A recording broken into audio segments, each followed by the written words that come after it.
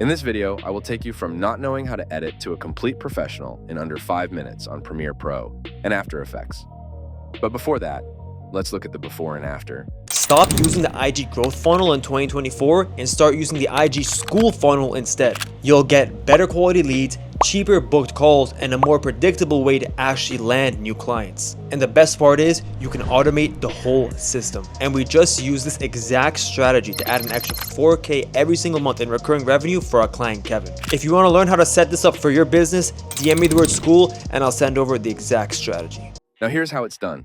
First, I started with the auto caption feature in Premiere Pro. I set the length value to 7 and lines to single. Once my captions loaded in, I applied these settings in the Essential Graphics tab.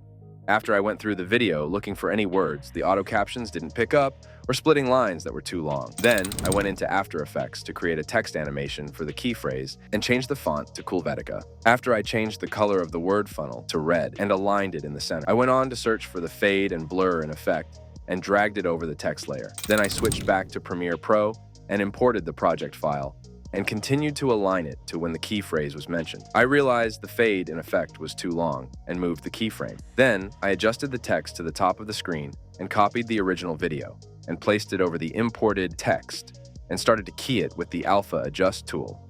Then I adjusted some keyframes and feathering and making sure the video had inverted and invert alpha checked. I also added a zoom out effect at the beginning of the video with a gear sound effect. After I went back into After Effects to create another text effect for 2024 using the alternating characters effect. I went on to keyframe it out and decided to change the color to white. The next part is the animation. I used the 4-color gradient effect to create a clean background for the animation and turn down the opacity, also removing the footage beneath. I went on to import a white person icon and animated it so it slides in using keyframes. After I created this 3-line animation off camera, but you can find it in the description where all my assets will be. I went on to align and keyframe in each line at the right moment and place it under the white icon. Then I made white text boxes right under where the lines end, typing out each key point. I used a basic fade in by changing the opacity keyframes and made some finishing touches to the animation. After the animation, I also decided to add a zoom in. The next part is the growing stock graph. I used the pen to create a rough layout of how the graph would look and adjusted the stroke to 8 and center. After I went on to create these small red dots and placed them at all the sharp corners and adjusted them to be right in the middle where they meet. Once again, I copied the normal video and placed it on top and keyframing it again with the Alpha Adjust tool, so the graph is behind the creator. Then, I used a simple opacity mask, keyframed it from the beginning where it was off the screen to where I wanted the graph to appear to create this illusion of the graph rising. Then I went on to create a subtle zoom later in the footage. I went back into After Effects, creating another text animation for the graph, once again making the top line red and applying the fade and blur in effect.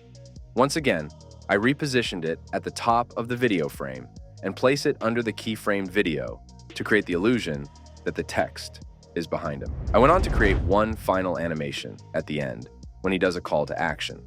I imported a red gradient and using the opacity mask, I made it smoother and keyframed it in. I went back into After Effects, once again creating another text animation. This time typing the call to action word and putting red speech marks around it, but applied the same fade and blur effect. Then back in Premiere Pro, I adjusted it and added another light leak between the graph animation. Now, the hook. I created a text animation with the same effects, this time all in white. I went to copy the same gradient from the other animation and applied it at the beginning, but changed some keyframes. Then I made a red line that went across the text and animated it again with opacity mask for both lines and keyframed this animation out. The final step was sound effects. I added a keyboard one every time there was a text animation and a digital counter for the graph, but also a whoosh sound and a gear sound. Then, I added music, which I just found on YouTube. If you want all the assets I used in this video, check the description. But let me know what you think of this tutorial in the comments section or on Instagram. And if you want more content like this, subscribe for weekly tutorials.